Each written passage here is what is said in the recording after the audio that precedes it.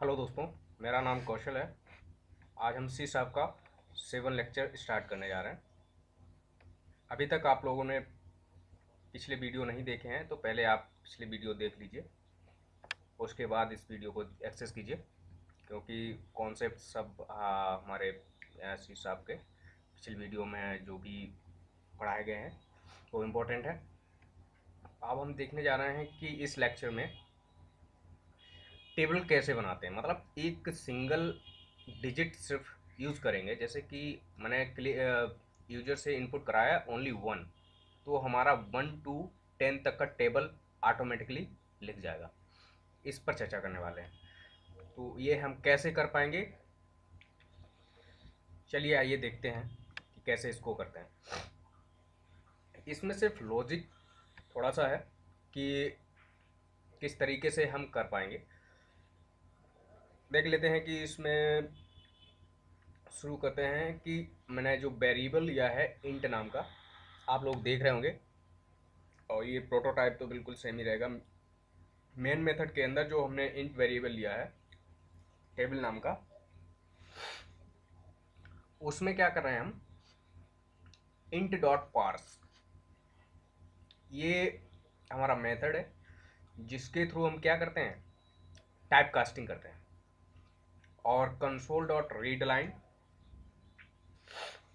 इसके थ्रू क्या करते हैं, आप लोगों को पता है। इसके थ्रू अगर आपने लेक्चर नहीं देखा है तो आप लेक्चर, हमारा प्रीवियस लेक्चर देख लीजिए, उसमें आपको सब मिल जाएगा। तो रीड लाइन क्या करता है, हमारा यूजर से इनपुट लेता है। किस फॉर्मेट में, स्ट्रिंग फॉर्मेट में। रीड लाइन किस फॉर्मेट में यूजर से इनपुट लेता है, स्ट्रिंग फॉर्मेट में। और स्ट्रिंग फॉर्मेट में जब भी हम स्ट्रिंग को इंटीजर में अगर हम असाइन करना चाहते हैं तो हम डायरेक्टली नहीं कर सकते। ये एक बहुत ही खूबसूरती है इस लैंग्वेज, सी शार्प लैंग्वेज की। ये टाइप सेफ लैंग्वेज है। अगर मैं स्ट्रिंग को इंटीजर में कन्वर्ट करना चाहता हूँ तो हम नहीं कर सकते। तो इसको हम किस तरीके से कर सकते हैं, क्या तरीका है, मैंने यहाँ पर एक पार्स नाम का मेथड लिया है, वो और इंटीजर टाइप में कन्वर्ट कर रहे हैं, इंट डॉट पार्स। इसका मतलब ये है कि जो भी इसमें वैल्यू होगी स्ट्रिंग फॉर्मेट में, तो स्ट्रिंग फॉर्मेट पहले वैल्यू को पास करेगा और किस में पास कर देगा, ये इंटीजर फॉर्मेट में। तो ये इंटीजर में कन्वर्ट हो जाएगा। अब इंटीजर से इंटीजर में वैल्यू, ये टेबल की वैल्यू इसमें इंटीजर में चली जाएगी। मतलब इंटीजर से इंटीजर तो असाइन हो सकता है, लेकिन स्ट्रिंग से इंटीजर असाइन नहीं हो सकता है। इसीलिए इसे सी शार्प को टाइप सेफ लैंग्वेज बोला जाता है। तो यदि आप लोगों ने ये समझ लिया है तो हम लोग कुछ भी यहाँ से इनपुट लेंगे यूज़र से और उसको हम कन्वर्ट करके देख लेंगे। तो इसमें क्या है कि फोर लूप है हमारा। फोर लूप यहाँ पर लगाया है। यहाँ पर इंटीजर जो मैंने एक वेरिएबल लिया है इंटीजर आई। यदि आप लोगों को फोर लूप नहीं पता है तो आप बिल्कुल परेशान होने की ज़रूरत नहीं है। मैं यहाँ पर डिस्कस करूँगा अच्छे से कि फोर लूप क्या होता है और क्यों यूज़ किया जाता है। फोर लूप एक्चुअली आप लोगों को पता है, जैसे कि कोई एक मैसेज है, हेलो वर्ल्ड या आपका नाम या कोई भी मैसेज, एनी मैसेज, तो उसको मुझे बार बार अगर रिपीट कराना है, बार बार जैसे कि मुझे प्रिंट कराना है, बार बार मुझे सेंड करना है, कुछ भी हो सकता है। तो यदि मुझे बार बार वो एक ही काम करना है तो उसको मुझे बार बार लिखना पड़ेगा। ऑब्वियस सी बात है, किसी एक काम को कराने के लिए यदि मुझे बार बार लिखना पड़ रहा है तो that is not good practice actually. तो इसके लिए मैंने यहाँ पर इस लैंग्वेज में एक फॉर लूप का कॉन्सेप्ट है, जिसके थ्रू हम सिर्फ एक लाइन फॉर लूप का ब्लॉक बनाएंगे और उस ब्लॉक में उस मैसेज को रख देंगे जिस मैसेज को हम बार बार प्रिंट कराना चाहते हैं। तो उसमें क्या होगा कि जैसे लूप की एक कंडीशन होती है कि लूप इनिशिएट होता है, देन उसकी कंडीशन चेक होती है, देन उसका जो भी मैसेज होता है वो प्रिंट करता है, देन इंक्रीमेंट होता है।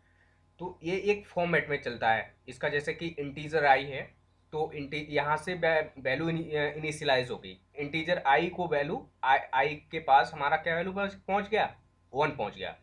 तो वो 1 यहाँ पर रखेगा, आई ये लिखा हुआ है ना, तो यहाँ पर 1 रखेगा और इससे मैच कराएगा 10 से। यदि ये वैल्यू आई की वैल्यू 10 से छोटी है या 10 के बराबर है, तो ये वाला जो कर्सर है हमारा आई प्लस प्लस पर ना जाके कहाँ जाएगा, इधर जाएगा, इस ब्लॉक के अंदर। मतलब ये कंडीशन ट्रू हो गई और इस ब्लॉक के अंदर चला जाएगा। इस ब्लॉक में जो भी मैसेज होगा, मतलब ये तो बहुत छोटा मैसेज लिखा हुआ है, कितना भी बड़ा लॉजिक हो, ये उस लॉजिक को रन करेगा, एग्जीक्यूट करेगा। और देन ये पूरा एग्जीक्यूट होने के बाद में यहाँ पर मैं अगर कुछ लॉजिक और लिखना चाहूँ तो लिख सकते हैं, नहीं तो ये कहाँ से रिटर्न चला जाएगा, इस जगह से आई प्लस प्लस के पास में कर्सर पहुंच जाएगा। अब यहाँ पर आई प्लस प्लस क्या करेगा, ये जो भी वैल्यू आई की है वो उस वैल्यू को 1 से इंक्रीमेंट करेगा। इसको बोलते हैं post increment. Post increment means होता है कि वैल्यू को पहले वैल्यू रखते हैं, उसके बाद उसका इंक्रीमेंट कर देते हैं, मतलब 1 से इंक्रीमेंट हो जाएगा। इसको बोलते हैं पोस्ट इंक्रीमेंट। पोस्ट इंक्रीमेंट होने के बाद में क्या होगा कि ये जो भी आई की वैल्यू है वो यहाँ कंडीशन पे पहुंच जाएगी। जैसे कि आई की वैल्यू पहली बार 1 थी, अब यहाँ से पहुंचा ये आई प्लस प्लस हुआ, आई प्लस प्लस मतलब मीन्स हो गया 2। अब 2 वैल्यू यहाँ पर रखी जाएगी। 2 यहाँ पर रखने के बाद में ये 10 से मैच करेगा। यदि हमारी 2 वैल्यू 10 से लेस है तो ये देन फिर ये कंटिन्यू मतलब रन करेगा, एग्जीक्यूट कर देगा। फिर ये आई के पास पहुंचेगा और आई प्लस प्लस करेगा, आई प्लस प्लस इसकी वैल्यू हो जाएगी 3। तो 3 फिर अगेन यहाँ पर आएगा, यहाँ पर रखेगा और 10 से कंपेयर करेगा कि ये भाई छोटा है या बराबर है। अगर यहाँ पर 3 देख लीजिए, आप ही लोग देख लीजिए कि 3 10 से छोटा है या बड़ा है, 3 छोटा है तो कंडीशन हो रही ट्रू, तो वो अगेन दोबारा से इस चीज को प्रिंट करेगा। फिर उसके बाद आई प्लस प्लस के बाद पहुंचेगा, ऐसे करके वो इसको 10 टाइम रन करेगा। जब भी यहाँ पर आई इक्वल टू 9 आएगा, तो आई इक्वल टू 9 यहाँ पर जैसे ही आया तो I equal to 9 plus 1 I equal to 10, 10 यहाँ पर रखेगा और लेस देन इक्वल टू 10। ये एक्चुअली क्या है कि आपस में ट्रू है, क्योंकि 10 लेस देन इक्वल टू, अगर सिर्फ लेस देन होता तो ये कंडीशन फॉल्स हो जाती। यहाँ पर लेस देन इक्वल टू लगा है, इसका मतलब ये है कि ये 10 या तो छोटा है या 10 के बराबर है, आई की वैल्यू 10 है या 10 के छोटी है, राइट। तो इसके बाद जैसे ही 10 आएगा तो ये एग्जीक्यूट कर जाएगा, फिर दोबारा जाएगा, यहाँ पर आई की वैल्यू हो जाएगी 11। तो 11 जब भी यहाँ पर आएगा I equal to 11 less than equal to 10, मतलब जो 11 है वो 10 से लेस देन है या ग्रेटर देन है। तो यहाँ पर देखिए साहब आई की 11 जो है वो ग्रेटर देन है फ्रॉम द 10, तो ये कंडीशन हो जाएगी फॉल्स। ये जैसे ही कंडीशन फॉल्स होती है तो ये हमारे लूप से बाहर आ जाता है, लूप से बाहर चला जाएगा और जो भी हमारी कंडीशन है, जो भी हमारा कोड बाहर लिखा हुआ होगा उसको एग्जीक्यूट करेगा। इसका लूप का काम, जैसे कंडीशन फॉल्स होती है तो वो लूप से बाहर आ जाता है, इसका काम यहीं पे ख़त्म हो जाता है। तो इसको मैं कितनी भी बार यहाँ पर प्रिंट करा सकता हूँ। यहाँ पर मैंने सिर्फ 10 लिया है, यहाँ पर आप कितनी भी बड़ी वैल्यू ले सकते हैं और उतनी बार ये मैसेज प्रिंट करेगा आपके कंसोल पर या एनीवेयर, कहीं पे भी आप इसको प्रिंट कराना चाहें वहाँ पर ये प्रिंट करेगा। तो हम फॉर लूप का कॉन्सेप्ट अगर समझ गए हो तो बहुत अच्छी बात है। अगर आप नहीं समझे तो मैं डोंट वरी, मैं नेक्स्ट लेक्चर में इस पर बहुत बहुत बहुत सारी चर्चा होगी और बहुत सारे हमारे प्रैक्टिकल्स भी होंगे, जिसके थ्रू हम लोग बहुत अच्छे से डिटेल में जान पाएंगे कि फॉर लूप एक्चुअली होता क्या है, कैसे काम करता है। मैंने समझाने की पूरी कोशिश की है। यदि आप लोगों को नहीं समझ में आया है तो आप कमेंट बॉक्स में लिख सकते हैं और मैं इस पर वीडियो दोबारा से बना दूंगा। तो आप आगे चलते हैं कि आगे की प्रोसेस क्या कर सकते हैं। यहाँ पे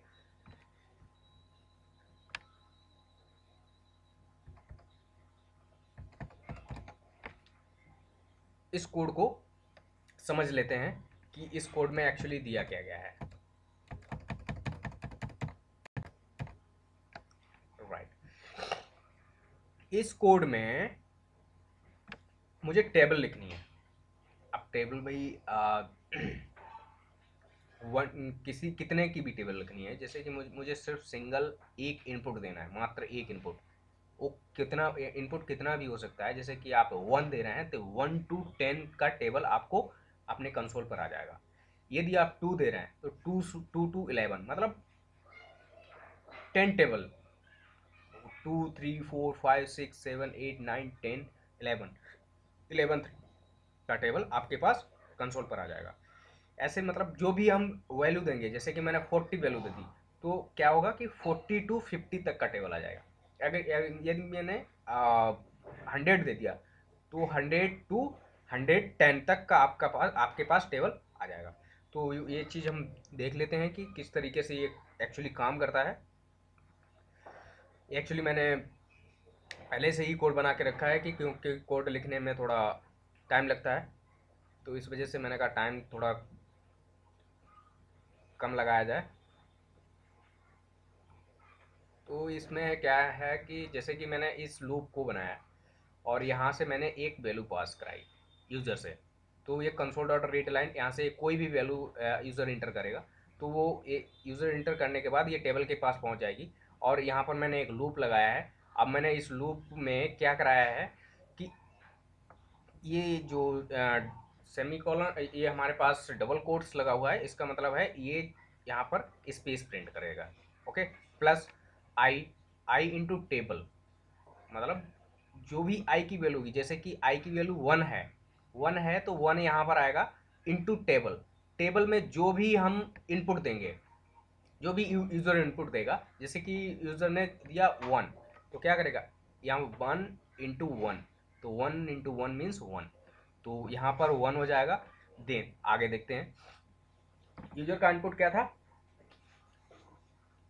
1 था, और आई की वैल्यू अभी भी 1 है, क्योंकि अभी ये एक बार लूप चला है, पहली बार लूप चला है आई इक्वल टू 1 के लिए, तो 1 की कंडीशन ट्रू है, तो यहाँ पर आई की वैल्यू 1 आएगी। 1 के 1 into table plus 1, table plus 1 means जब भी मैंने वैल्यू दी है 1 तो क्या होगा, तो 1 टेबल, टेबल की वैल्यू 1 थी, 1 प्लस 1 इक्वल टू 2, 2 इंटू 1, यहाँ पर मल्टीप्लीकेशन हो रहा है 2 का आई से, तो आई की वैल्यू 1 है तो 2 इंटू 1 मतलब 2, तो 2 का यहाँ से टेबल क्रिएट होगा। और नेक्स्ट है कि आई, आई इंटू टेबल प्लस 2, मतलब यहाँ पर टेबल की वैल्यू 1 है, 1 प्लस 2 मीन्स 3, 3 इंटू आई की वैल्यू 1 है, अभी पहली बार चल रहा है, तो 3 इंटू वाई 1 इक्वल टू 3, यहाँ पर 3 का टेबल प्रिंट होने वाला है। और आई into table plus 3 means table की वैल्यू 4 होने वाली है, यहाँ पर 4 की टेबल लिखी जाएगी। आई की वैल्यू कितनी है, टेबल की वैल्यू कितनी थी यूजर से 1, 1 plus 3, 3 means 4, 4 into I, I, I की वैल्यू 1 है तो 4 into 1 equal to 4 into 1 equal to 4, तो यहाँ से 4 का टेबल क्रिएट होगा। और आई इंटू टेबल प्लस 5, टेबल की वैल्यू 1 थी, 1 plus 4 equal to 5, 5 into I, I is stand for 1, 1, 5 into 5 into 1 equal to 5, यहाँ से 5 की टेबल क्रिएट हो जाएगी। देन आई, और ये जो प्लस और ये सेम हमारे डबल कोट्स लगे हुए हैं, इसका मतलब ये है कि हम यहाँ पर कनकैटिनेट कर रहे हैं। क्या कर रहे हैं, कनकैटिनेट कर रहे हैं, मतलब हम जोड़ रहे हैं आपस में स्ट्रिंग को। तो क्या है कि यहाँ पर प्लस लगाना पड़ता है, जब भी हम किसी स्ट्रिंग को जोड़ते हैं आपस में तो मुझे प्लस लगाना पड़ता है। तो प्लस लगा, ये ऑपरेटर हैं, ये सेट ऑफ रूल्स हैं हमारे इस सी शार्प लैंग्वेज के, तो मुझे ये ध्यान रखने ही पड़ेंगे। और ये जो डबल कोट है, जो डबल कोट के अंदर जो भी हमारा गैप है, इतना गैप मुझे आउटपुट के बीच में मिलेगा, इसलिए ये डबल कोट के बीच में इतना गैप मैंने रखा है। आप कुछ भी गैप रख सकते हैं, कितना भी बड़ा गैप वो प्रिंट करेगा। ओके, तो यहाँ पर आई इंटू टेबल प्लस 5, 5 और table 1, 5 plus 1 equal to 6, 6 into I, I stand for 1 से 6 इंटू 1 इक्वल टू 6, यहाँ पर 6 का टेबल प्रिंट होगा। देन हमारा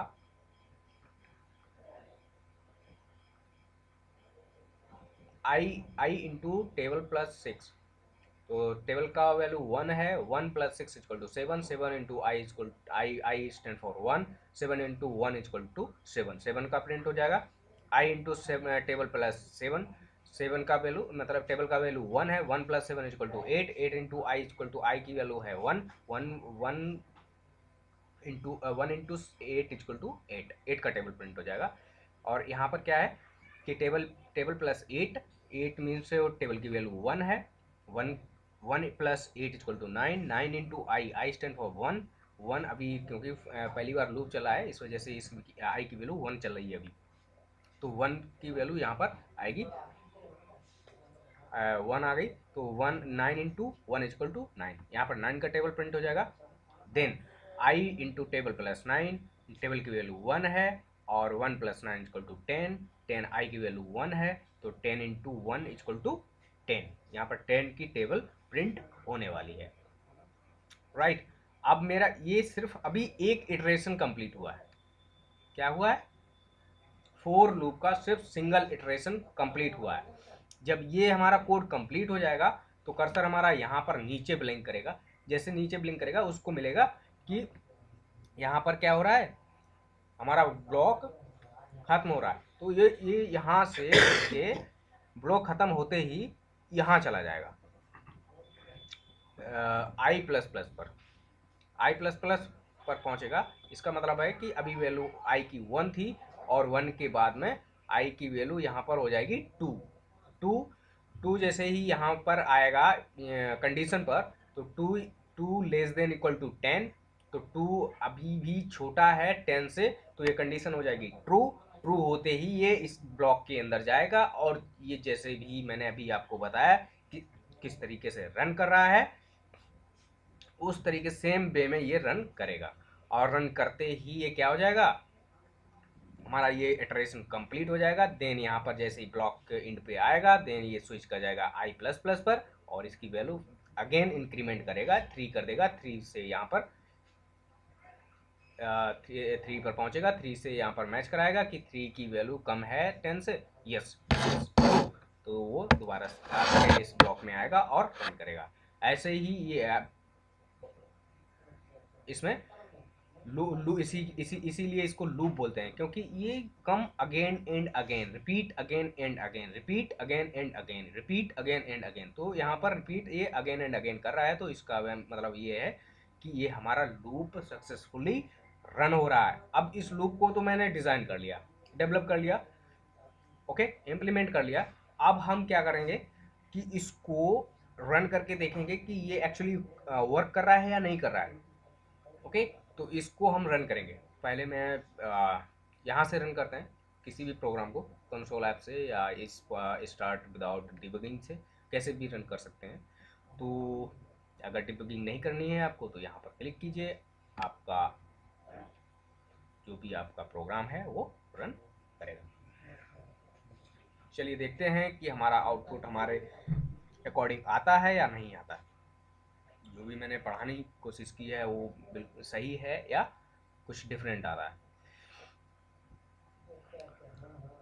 हमारा प्रोग्राम